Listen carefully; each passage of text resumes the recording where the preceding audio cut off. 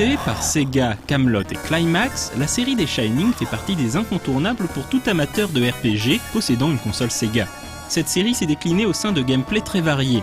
Dans ce premier Retro & Magic consacré à cette saga, nous allons parler des dungeon crawlers et des actions RPG.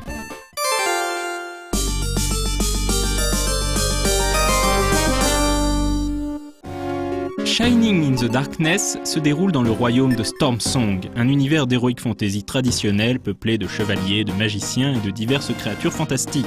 Alors que le jeu commence, la princesse Jenna disparaît mystérieusement aux côtés du chevalier qui l'escortait, le valeureux Mordred. Un diabolique personnage, Mephisto, apparaît alors devant le roi de Stormsong et réclame sa reddition en échange de la vie de sa fille. Le roi n'ayant aucune intention de céder aux exigences du vilain, il charge le fils de Mordred, le joueur donc, de descendre dans le labyrinthe de Mephisto pour secourir la princesse et retrouver son père par la même occasion. Dans sa quête, le joueur sera très vite épaulé par la magicienne Pyra et le moine Milo. Ces trois jeunes héros ne seront pas de trop pour triompher des épreuves du labyrinthe. Shining in the Darkness est un RPG à la première personne avec déplacement en case par case et combat au tour par tour, à la manière de Wizardry ou des premiers Might & Magic. Comme dans tous les jeux de ce type, le temps du joueur sera partagé entre raid dans le labyrinthe et retour au village pour acheter de l'équipement ou soigner l'équipe. Le niveau de difficulté est élevé, les combats étant très fréquents. Le jeu n'incluant pas de fonction d'automap, il est plus que recommandé de garder un calepin à portée de main pour dessiner un plan du donjon au fur et à mesure de son exploration, histoire de ne pas se perdre dans ce dédale rotor. Bien qu'il s'agisse du premier épisode de la série, Shining in the Darkness se déroule assez tardivement dans la chronologie des jeux Shining. Le jeu se déroule en effet après les événements de Shining Force 2. De plus, la version anglaise compte quelques traductions hasardeuses qui peuvent nuire à la compréhension de la saga. C'est ainsi que Mephisto a été rebaptisé par erreur Dark Soul en anglais. En réalité, Mephisto est le fils de Dark Soul, ce dernier étant le méchant du premier Shining Force.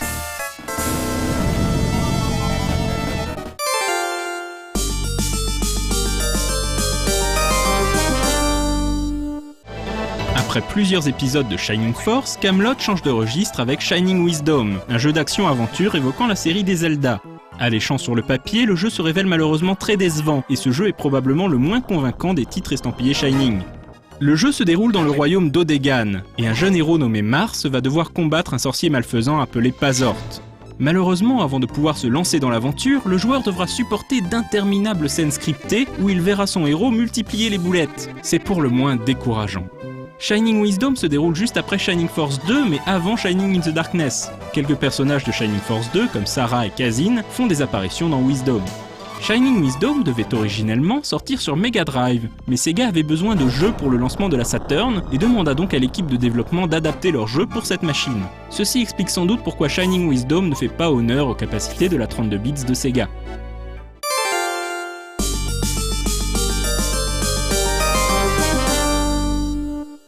En 1996, Camelot donne une vraie suite à Shining in the Darkness avec Shining the Holy Ark.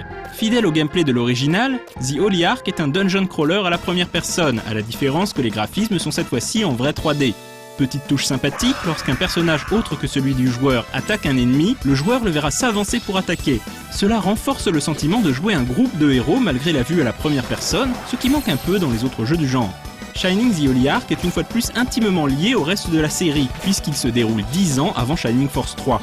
Tout commence de manière anodine. Un criminel nommé Roddy s'est retranché dans d'anciennes mines. Pour le débusquer, le souverain du royaume d'Henrik a recruté 3 chasseurs de primes, l'épéiste Arthur, c'est-à-dire le joueur, la chamane Mélodie et le sorcier Forte. Mais alors que les 3 héros confrontent Roddy, un mystérieux vaisseau s'écrase sur la mine, provoquant un éboulement.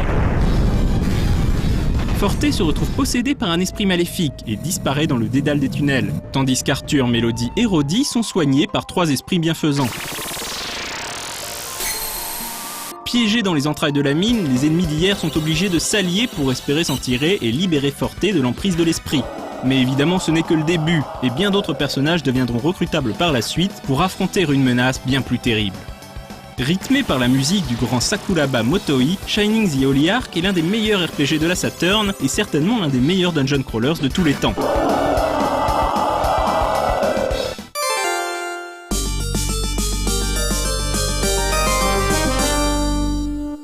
Dans un prochain Retro & Magic, nous parlerons des autres jeux ayant fait la légende de la saga Shining, à savoir les épisodes Shining Force.